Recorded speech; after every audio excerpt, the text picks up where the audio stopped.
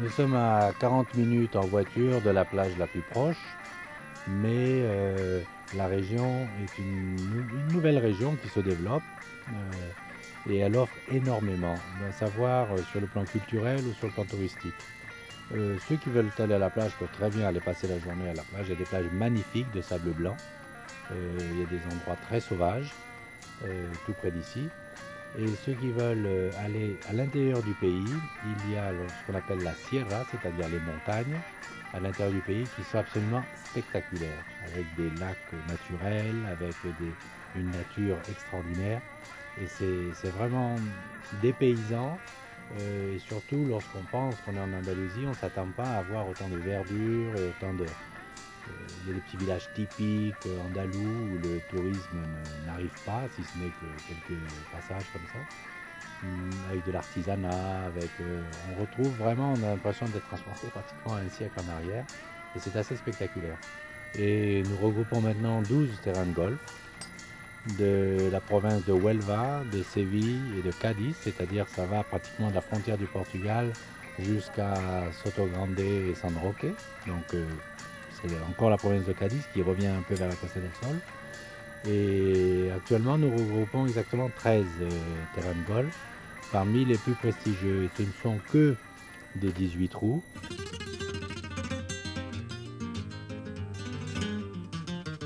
Une saison longue de plusieurs mois, évidemment, puisque nous avons commencé la première compétition à Hout Island début avril et pour terminer par Spa mi-septembre. Et l'apothéose, c'est la finale à Monte Castillo. On y est, ça y est. Notre vocation, c'est quand même de travailler avec des joueurs de golf. Notre business, puisque c'est quand même de ça qu'il s'agit quelque part, est d'organisation de voyages golfiques. Donc, il nous semblait important d'être présent le plus possible et dans des endroits le plus différents possibles sur toute la saison pour rencontrer un maximum de golfeurs. Nous avons fait jouer, entre guillemets, plus ou moins 2000 joueurs belges durant les 15 manches. Et à chaque compétition, le meilleur score net de la journée était qualifié pour la finale qui s'est déroulée dans les superbes installations de Monte Castillo. Sous la formule single stable forte, la formule traditionnelle qui donne les chances à tous les joueurs ou en tout cas aux joueurs de tous les niveaux, puisque ça met quelque part tout le monde sur le même pied. Une finale comme celle-ci, il faut savoir que nous avions le meilleur handicap est à 5 et le plus haut est à 27,5, ce qui veut dire que ça fait quand même une grosse différence, mais avec la formule stable forte, tout le monde est grosso modo sur le même pied d'égalité et ça permet de jouer de manière équitable à tous les niveaux. Il y a des trous qui sont un peu plus difficiles. Il y a des doglegs. Tous les 3 trous, disons environ, il y a toujours un trou de récupération, ce qui est très agréable, aussi bien pour le professionnel que pour l'amateur, parce que sinon ça deviendrait un véritable parcours du combattant. Et lorsqu'il y a des compétitions, ce que l'on fait, c'est retrécir les fairways, qui peuvent être rétrécis jusqu'à 25-30 mètres. Ce qui fait que pour un drive, il faut être vraiment droit pour ne pas sortir ou à droite en général vers les bunkers. La plupart des difficultés sont à droite sur ce parcours ou à gauche vers les roughs, comme je vous dis, qu'on laisse pousser, qui sont vraiment un obstacle. Ça fait pratiquement perdre un coup quand on va dans le rough. Il est ouvert toute l'année. Et la particularité ici dans le sud de l'Espagne, c'est que bon, bien que ce soit du Bermuda et que le Bermuda bientôt va être dormi, mais l'herbe pousse toute l'année. Vous voyez les températures qu'on a au mois d'octobre. Et l'herbe, il faut l'entretenir toute l'année. Et on n'a pas de gel. Enfin, on a un peu de gel, des gelées blanches le matin en janvier-février. Mais sinon, c'est un terrain qui n'a pas besoin d'être fermé. Ni pour inondation, ni pour le froid.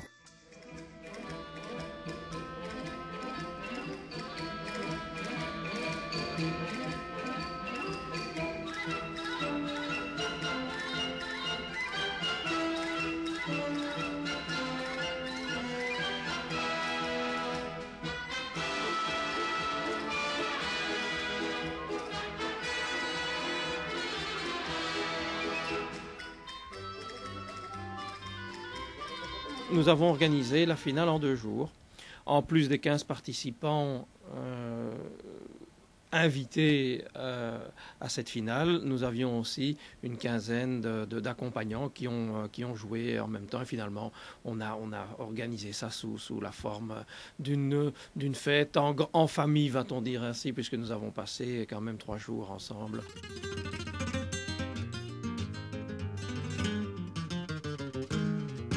C'est un terrain qui, en principe, pour ceux qui ne sont pas habitués à marcher, se joue en boogies, avec des voiturettes, parce qu'il y a une certaine distance entre green et tee, parce que ça n'a pas été conçu pour être marché. Aux États-Unis, et surtout sur les terrains de Nicklaus, en général, les gens jouent tous en voiture.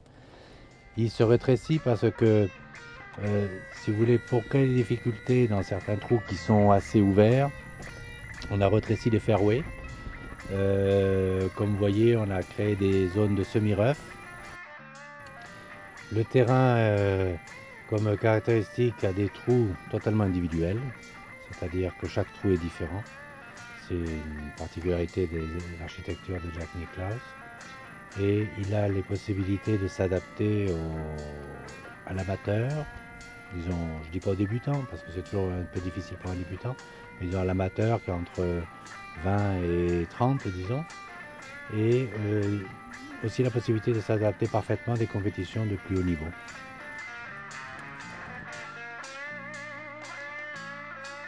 Le 13, c'est un trou assez spectaculaire, qui dans un certain sens, dans son concept, ressemble aussi un petit peu au 18, qui est le Signature Hole. Le 13 est un départ surélevé d'environ 35 mètres. On passe au-dessus d'une sorte de petit ruisseau. La portée de balle est assez longue parce que le fairway démarre à environ 120 mètres. Principalement pour les dames, c'est un peu plus difficile. Et il est en plus dogleg à droite, donc avec une dépression où il y a quelques chênes-lièges, où on va souvent pour ceux qui tapent bien. Et il faut vraiment être de bons joueurs pour se mettre en position pour le deuxième coup, parce que c'est un par 4, c'est un par 4 relativement long. C'est handicap 3 du parcours, et donc un trou très intéressant. Mais c'est très challenging parce que quand on le joue, on a envie de le rejouer pour s'améliorer.